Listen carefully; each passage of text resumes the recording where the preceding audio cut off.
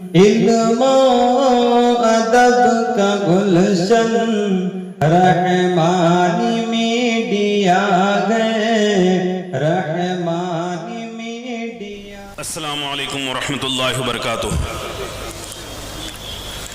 بسم اللہ الرحمن الرحیم، الحمد للہ رب العالمین والصلاة والسلام علی سید الانبیاء والمرسلین، اما بعد۔ قال اللہ تعالی اعوذ باللہ من الشیطان الرجیم، بسم اللہ الرحمن الرحیم، لن تنالوا البر حتى تنفقوا مما تحبون، صدق اللہ العظیم۔ وقال النبی صلی اللہ علیہ وسلم، حبس الأصل وسبل الثمر، او كما قال علیہ الصلاة والتسلیم۔ صدر محترم مولانا اطہر حسین اشرفی صاحب، حضرات علماء کرام، ائمہ اعظام، عمائدین شہر، اور میرے سامنے کثیر تعداد میں تشریف فرما اہالیان ضلع جلگاؤں، یہ خوشی کی بات ہے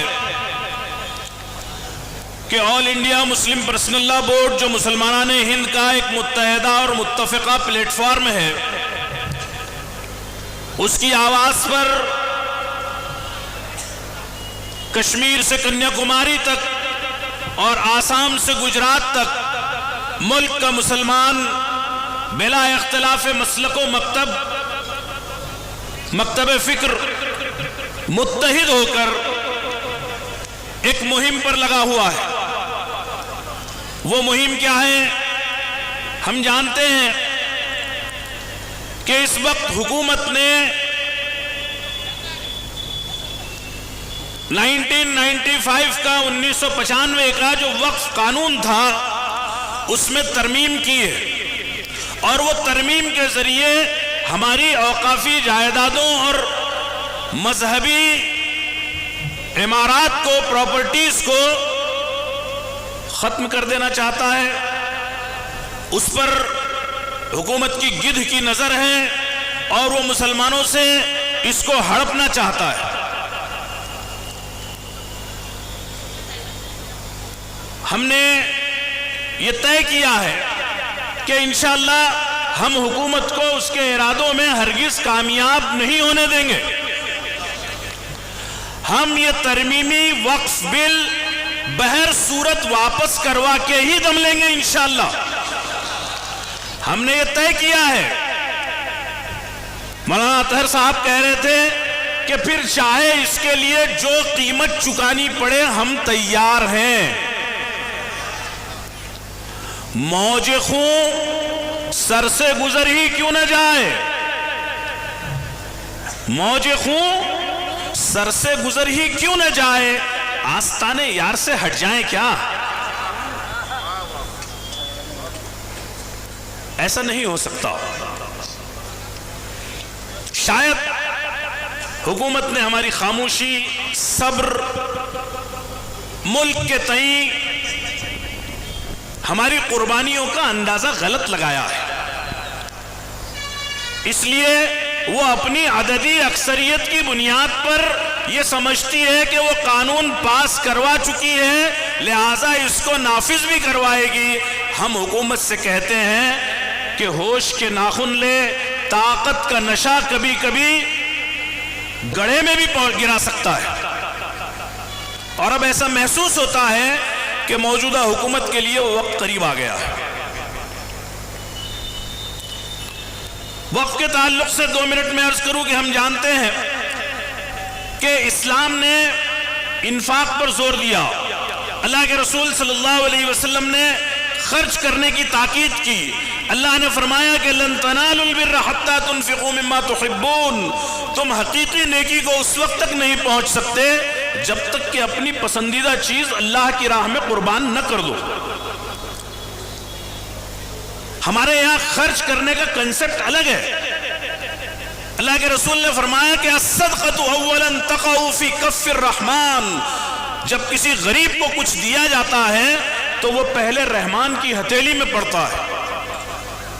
وہ مشہور حدیث آپ نے سنی ہوگی کہ اللہ تعالیٰ قیامت کے دن ایک شخص کو بلائے گا, اس سے کہے گا کہ بندے میں بھوکا تھا, میں پیاسا تھا, میں بے لباس تھا, تو نے مجھے کھلایا نہیں, پلایا نہیں, لباس پہنایا نہیں.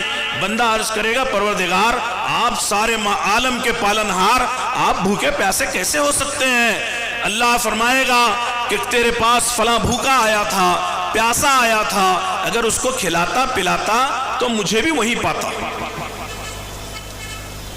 ہمارے پاس خرچ کا تصور یہ دیا گیا کہ بندوں پر خرچ کرو.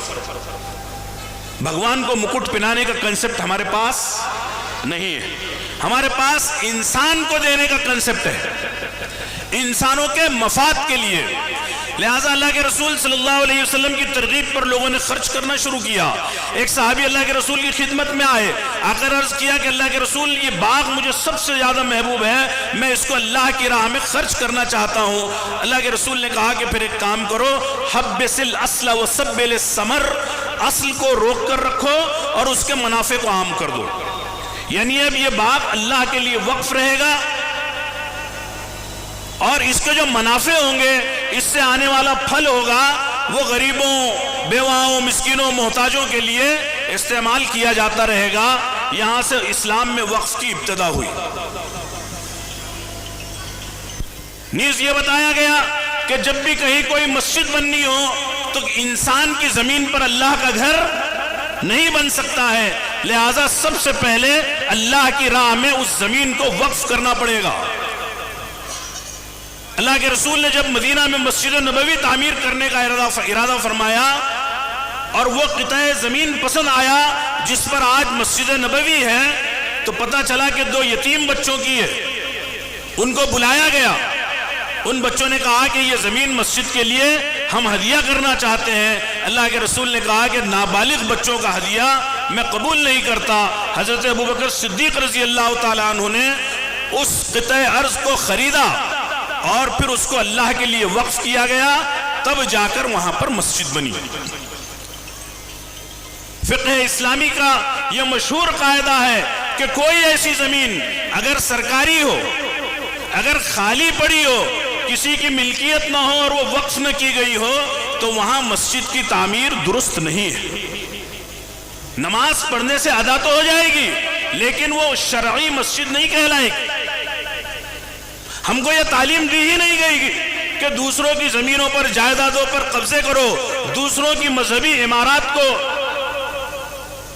اذان ہو رہی ہے, رکنا ہے.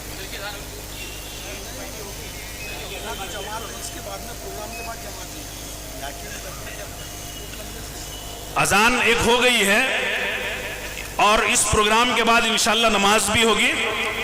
ایک اذان مکمل ہو چکی ہے.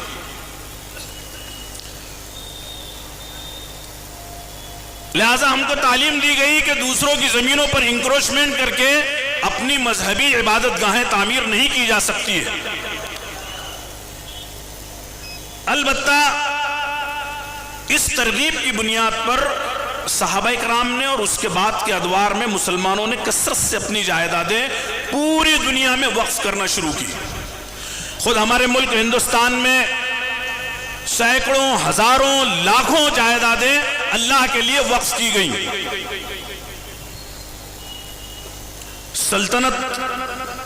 سلطنتوں کے بادشاہوں نے وقف کی, نوابوں نے وقف کی, عام مسلمانوں نے, غریبوں نے وقف کی. لہذا اس ملک میں لاکھوں ایکڑ اراضی مسلمانوں کی وقف کردہ ہے. اس زمینوں کو, جائیدادوں کو ریگولیٹ کرنے کے لیے 1923 میں برٹش انڈیا میں وقف قانون بنایا گیا تھا. وہ کمزور سا تھا, لہذا 1954 میں دوسری مرتبہ پھر وقف قانون بنایا گیا کہ یہ جو ہماری اوقاف کی جائیدادیں ہیں, مدارس ہیں, مساجد ہیں, مکاتب ہیں, امام باڑے ہیں, خانقاہیں ہیں, درگاہیں ہیں, ان کو کس طریقے سے چلایا جائے, ریگولیٹ کیا جائے, ان کا انتظام و انصرام کیسے ہو, اس کے لیے ایک وقف قانون بنایا گیا. آزادی کے بعد وقف 1954 میں دوسرا وقف قانون بنا, لیکن وہ بھی کمزور سا تھا, لہذا 1995 میں ایک مضبوط وقف قانون بنایا گیا.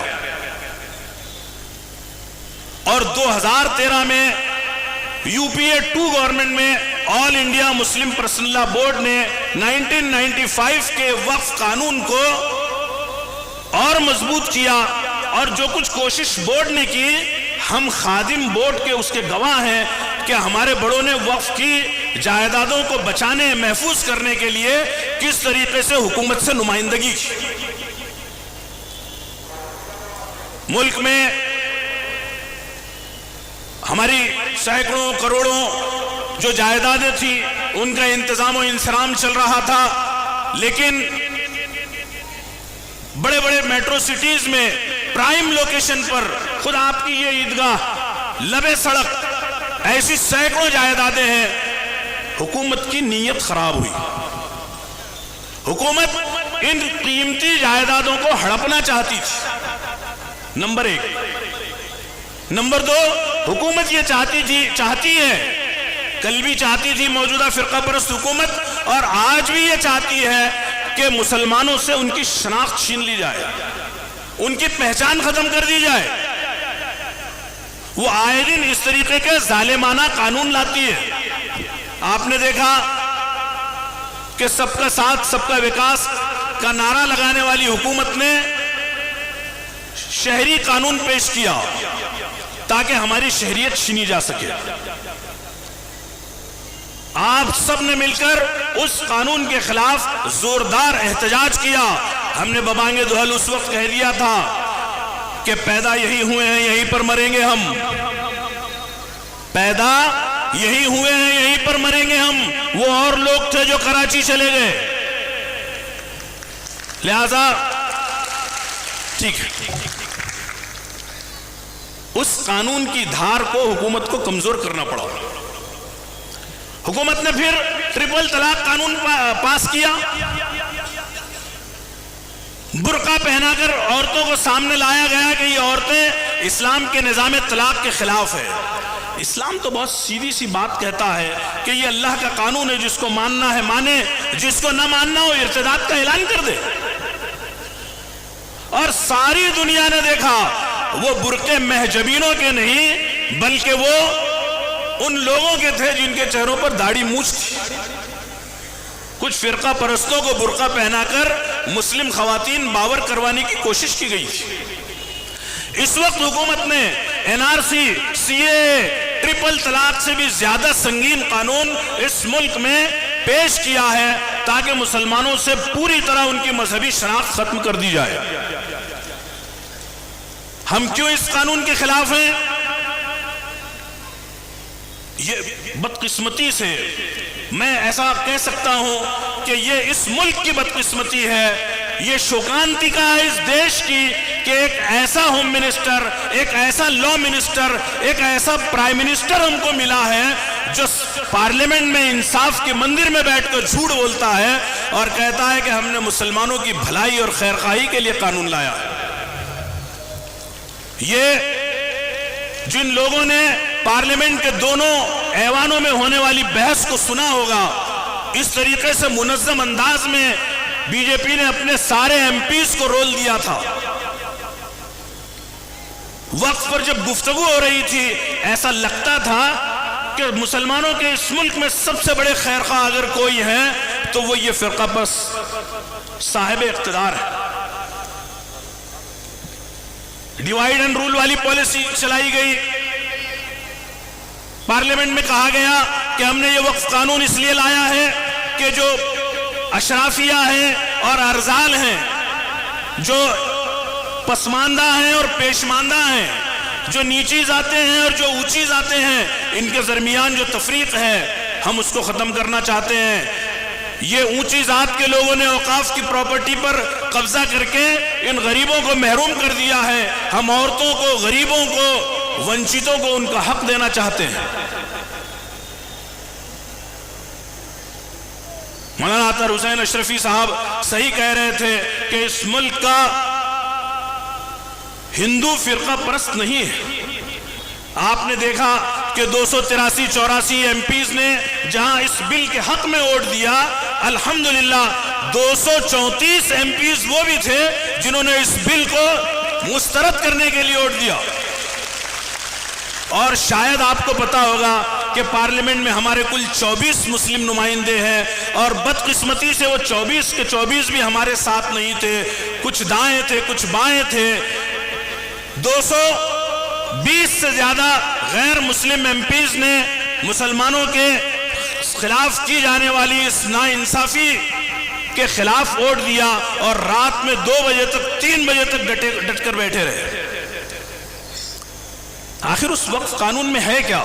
یہ کہتے ہیں کہ ہم وقف قانون کو بچانا چاہ رہے ہیں، اس کو مضبوط کرنا چاہ رہے ہیں، اس کی انکم کو بڑھانا چاہتے ہیں، اس کے ذریعے غریبوں کو ہم فائدہ پہنچانا چاہتے ہیں۔ کیسا پردھان منتری ملا ہے اس دیش کو جو اپنے شہریوں کی زندگی کو اپلفٹ نہیں کرنا چاہتا ہے، تانا دیتا ہے۔ ہمارے پردھان منتری نے کہا کہ اگر وقف کی جائیدادوں کا صحیح استعمال ہوتا تو مسلمان پنچر نہ بنا رہے ہوتے۔ آپ کو معلوم ہونا چاہیے کہ اس ملک کا مسلمان بھی آپ کی ذمہ داری ہے، آپ کی رعایا ہے۔ اتنے بڑے عہدے پر بیٹھ کر ایسے الفاظ استعمال کرنا یہ ملک کی بدقسمتی ہے۔ آپ کہتے ہیں کہ آپ وقف کی حفاظت کر رہے ہیں، لیکن حال یہ ہے کہ اس میں جو ترامیم کی گئی ہیں، اس میں کہا گیا ہے کچھ ایسی بے سر پیر کی باتیں لائی گئی۔ کہا گیا کہ صرف وہی شخص وقف کر سکتا ہے جو پچھلے 5 سال سے اسلام پر عمل پیرا ہو، پریکٹسنگ مسلم ہو۔ حکومت کے ایک عہدیدار سے ایک صاحب نے سوال کیا کہ ایک شخص جو پچھلے 5 سال سے اسلام پر عمل پیرا ہے وہی وقف کر سکتا ہے، تو یہ اسلام پر عمل پیرا ہے، اس کا کرائیٹیریا کیا ہے؟ اس یہ کون سا ایسا بیرو میٹر ہوگا جس سے ناپا جائے گا کہ یہ عمل پیرا ہے، یہ بے عمل ہے؟ اس کا حکومت کے پاس کوئی جواب نہیں۔ اچھا ٹھیک ہے، ایک مسلمان اللہ کے گھر کے لیے، مسجد کے لیے اپنی زمین وقف نہیں کر سکتا اس لیے کہ وہ 5 سال سے اسلام پر عمل پیرا نہیں ہے، کیا وہی مسلمان کسی مندر کے لیے دان کر سکتا ہے؟ تو کہا کہ ہاں کر سکتا ہے۔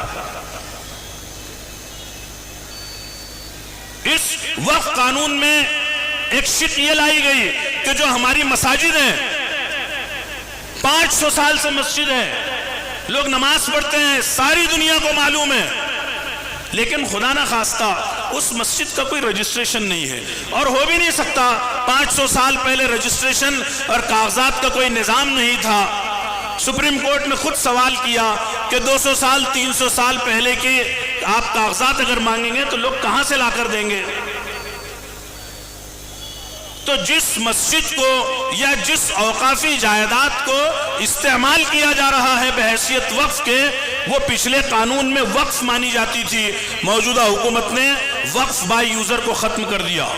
اب ملک میں ایسی لاکھوں مساجد ہیں جو 300 400 500 سال سے 800 سال سے بحیثیت وقف کے، بحیثیت مسجد کے استعمال ہو رہی ہے۔ اور صرف مساجد ہی نہیں، ایسی سینکڑوں پراپرٹیز ہیں، چاہے پھر وہ قبرستان ہو، عیدگاہیں ہوں، مدارس ہوں، ان کا رجسٹریشن نہیں، لیکن وہ استعمال اس کا وقف کی حیثیت سے ہو رہا ہے۔ وقف بالاستعمال کو ختم کر دیا۔ کل تک وقف کے کسی بھی تنازع کو، قضیے کو، ڈسپیوٹ کو سلجھانے کے لیے وقف کا اپنا ایک ٹریبونل ہوتا تھا۔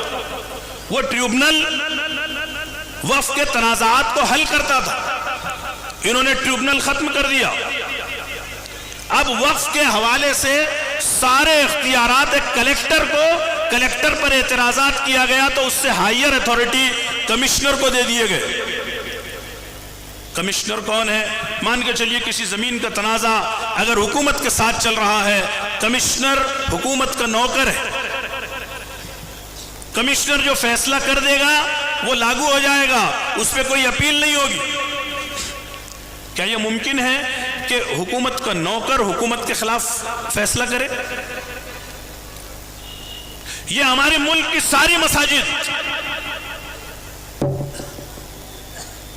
ایک کلوز اس میں شامل کیا گیا کہ اگر کوئی شخص کسی مسجد، کسی اوقافی جائیداد کے تعلق سے کلیکٹر یا کمشنر کو ایک عرضی دے دیتا ہے اور یہ کہتا ہے کہ یہ مسجد نہیں ہے، یہ وقف نہیں ہے، تو وہ ڈسپوٹڈ لینڈ ہو گئی، وہ متنازع فی ڈھانچہ ہو گیا۔ اور جیسے ہی کوئی عمارت متنازع فی ہو جائے گی ڈسپوٹڈ ہو جائے گی، اس کی وقف کی حیثیت ختم ہو جائے گی، آپ بے دست و پا ہو جائیں گے۔ پھر قانون شہادت کے خلاف اس کو وقف ثابت کرنے کی ذمہ داری بھی مسلمانوں پر رکھی گئی۔ جس نے دعویٰ کیا ہے اس کی کوئی ذمہ داری نہیں۔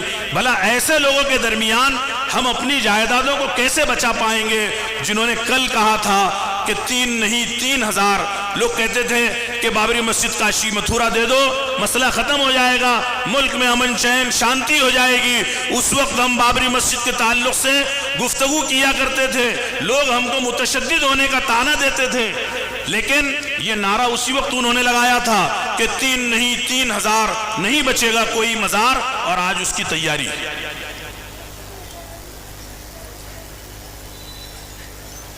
کہ کوئی زمین جب ایک بار متنازع فی ہو جائے گی تو اب اس پر تالا لگا دیا جائے گا اور اس کی وقف کی حیثیت کو ختم کر دیا جائے گا۔ اسی طرح وقف یہ خالص مذہبی معاملہ ہے۔ یہ مسجد ہے، یہاں نماز پڑھی جائے گی، یہ مدرسہ ہے، یہاں قرآن کی تعلیم ہوگی، یہ قبرستان ہے، یہاں پر مردے دفن کیے جائیں گے، یہ عیدگاہ ہے، یہاں عیدین کی نماز پڑھی جائے گی، یہ خانقاہ ہے، یہاں شیخ صاحب لوگوں کے اصلاح کا کام کریں گے۔ یہ خالص مذہبی معاملہ ہے۔ حکومت نے کہا کہ یہ مذہبی معاملہ نہیں، یہ پراپرٹی کو ریگولیٹ کرنے کی چیز ہے، یہ ایک سیکولر ادارہ ہے، لہذا اس میں غیر مسلم ممبران کی شرکت بھی کروائی جا سکتی ہے، اور 7 تا 9 سینٹرل وقف کونسل میں غیر مسلم ممبران کی شرکت کے لیے پروویژن کر دیا گیا۔ سپریم کورٹ نے بڑا تیکھا سوال کیا تھا۔ سابق chief justice of India mister Sanjiv Khanna نے کہا تھا کہ کیا ہندو انڈومنٹ بورڈ میں آپ مسلمانوں کو شریک کرنے کے لیے تیار ہیں؟ ہماری مساجد ہے، ہم نماز پڑھتے ہیں، امام کون ہوگا، مؤذن کیسا ہوگا، نمازوں کے اوقات کیا ہوں گے، یہ مسجد کا متولی طے کرے گا۔ یہ مسلمان طے کریں گے کہ کل کو یہ سنگھی آ کر ہم کو بتائیں گے کہ یہاں نمازیں کیسی پڑھی جائے گی۔ اچھا، یہ کوئی مسلمانوں کے ساتھ خاص نہیں ہے۔ تیروپتی تیرومالا دیوستھانم جو ٹرسٹ ہے، جس کے پاس سینکڑوں ہزاروں کروڑ کی پراپرٹی ہے، اس کے قانون میں یہ بات لکھی ہوئی ہے کہ وہاں کا کلیکٹر اس کا چیئرمین ہوگا، اور کبھی کلیکٹر اگر مسلمان آ جائے تو کلیکٹر سے اوپر کا کوئی آفیسر وہ چیئرمین ہوگا، اور اتفاق سے اوپر کا آفیسر بھی مسلمان اگر ہے تو کلیکٹر سے نیچے کا آفیسر جو ہے اس کا چیئرمین ہوگا، لیکن مسلمان اس کا چیئرمین نہیں ہو سکتا ہے۔ ہم کو کوئی خوشی نہیں ہے، نہ خواہش ہے، نہ ہماری کوشش ہے کہ ہم آپ کے مذہبی معاملات میں مداخلت کریں۔ گردوارہ پربندھک کمیٹیاں ہیں، ہندو انڈومنٹ بورڈز ہیں جو ان کے لوگ چلاتے ہیں۔ آخر آپ اس ملک میں ہمارے مذہبی معاملات میں مداخلت کیوں کرنا چاہتے ہیں؟ آپ اس ملک کے مسلمانوں کو روز ایک نیا قضیہ دے کر الجھائے کیوں رکھنا چاہتے ہیں؟ وہ قوم جو اس ملک میں پسماندہ ہے، دراصل یہ چاہتے ہیں کہ میرے منہ میں مٹی، یہ دراصل اس ملک سے اسلام کو دیس نکالا دینا چاہتے ہیں۔ یہ مساجد کے مینار، یہ بڑی بڑی گنبد، یہ مسلمانوں کی چہل پہل، یہ فضا میں بلند ہونے والی اذانیں، یہ اس ملک میں مسلمانوں کے کاروبار، بزنس، جب فسادات سے ختم نہیں ہو سکے، جب ڈرانے اور دھمکانے سے ختم نہیں ہو سکے، تو اب قانون سازی کے ذریعے یہ مسلمانوں سے ان کی مذہبی شناخت ختم کروانا چاہتے ہیں، اور انشاءاللہ ثم انشاءاللہ ایسا اس ملک میں صبح قیامت تک نہیں ہوگا۔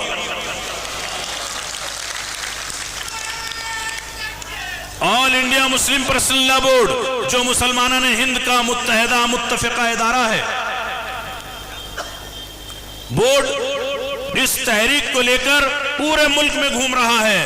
میں اہالیان جلگاؤں سے، مسلمانان ضلع جلگاؤں سے یہ پوچھنا چاہتا ہوں کہ کیا بورڈ جس وقت جیسی آواز دے گا آپ بورڈ کی آواز پر لبیک کہنے کے لیے تیار ہیں؟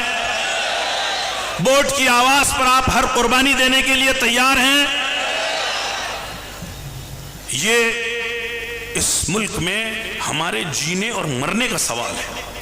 یہ جذباتی گفتگو کر کے آپ سے نعرے لگوانے کا مسئلہ نہیں ہے، بلکہ اس وقت ملت اسلامیہ ہندوستان میں ایک سنگین دو راہے پر کھڑی ہے. ہم لوگ اس وقت ڈو اینڈ ڈائی کی سچویشن میں ہیں، کرو یا مرو کی پوزیشن میں اس وقت ہم ہیں، اور ہم کو یہ طے کرنا ہے کہ ہم یا تو وقف ترمیمی بل کو مسترد کروا کر دم لیں گے، یا پھر چاہے جو قربانی دینی پڑے ہم اس قربانی سے انشاءاللہ دریغ نہیں کریں گے.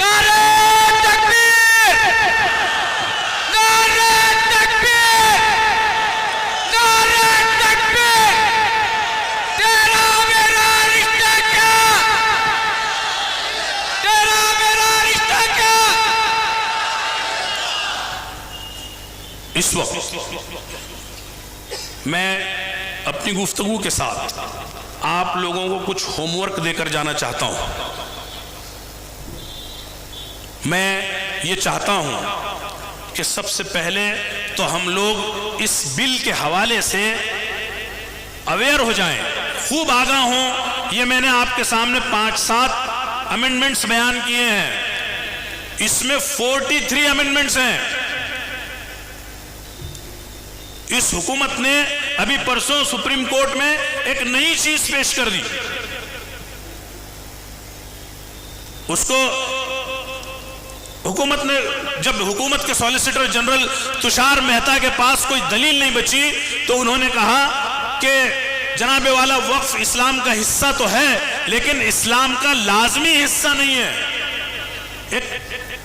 ایک اصطلاح گھڑی گئی، اس کو کہتے ہیں ایسنشیل ریلیجیس پریکٹس.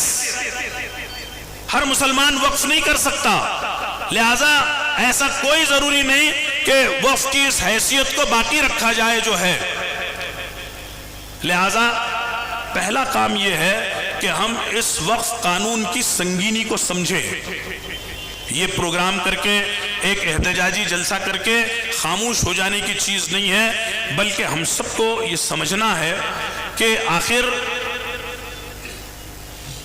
مسلم پرسنل بورڈ جیسا انتہائی سنجیدہ ادارہ اس نے یہ کیوں کہا کہ ہم کسی بھی قیمت پر وقف بل کو قبول نہیں کریں گے، چاہے ہم کو اس کے لیے جو کرنا پڑے.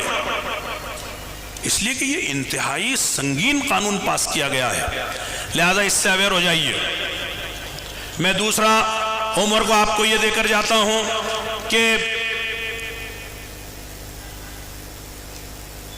یہ بیرونی جنگ ہے جو ہم لڑ رہے ہیں، جس کو ہمارے اکابرین عدالتوں میں لڑ رہے ہیں، پارلیمنٹ میں لڑ رہے ہیں. ایک اندرونی جنگ ہے جو ہم کو خود لڑنی ہے. ہم کو اپنی اوقافی پراپرٹیز کے جائیدادوں کے ساتھ انصاف کرنا ہے.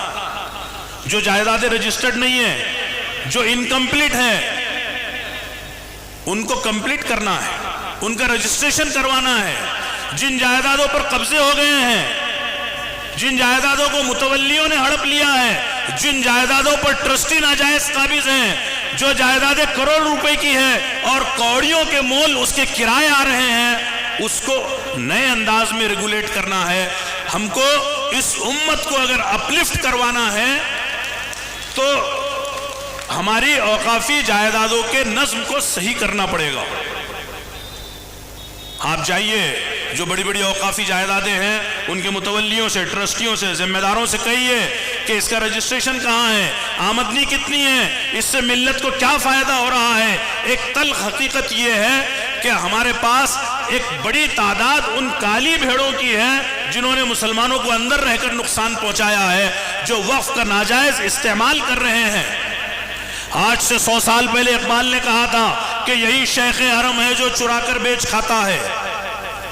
یہی شیخ حرم ہے جو چرا کر بیچ کھاتا ہے، گلی میں بو زرو دلقے اویسو چادر زہرا. ان کالی بھیڑوں کو باہر لانا ہے. میں آپ کو تیسرا ایک ہوم ورک دے کر جا رہا ہوں. جیسے میں نے عرض کیا کہ اس ملک کی ہندو اکثریت فرقہ پرست نہیں ہے. 234 ایم پیز نے آپ کے حق میں دونوں ایوانوں میں رات میں 2-2 بجے تک لڑائی لڑی ہے. لیکن حکومت نے ایک ہائپو کریٹ کیا ہے. ایک پروپیگنڈا اس طریقے سے پھیلایا گیا ہے کہ مسلمانوں نے وقف کے نام پر شہروں پر قبضہ کر لیا ہے. ویب سیریز بنائی گئی پروپیگنڈا کرنے کے لیے، سوشل میڈیا کا خوب استعمال کیا گیا اور غیر مسلموں کے ذہنوں کو مسموم کیا گیا. حالت تو یہ ہے کہ وہ ایم پی جس نے وقف ایکٹ کے خلاف ووٹ دیا وہ تنہائی میں کہتا ہے، لیکن یہ کیسے ممکن ہے کہ وقف بورڈ جس زمین پر ہاتھ رکھ دے وہ وقف کی ہو جائے گی.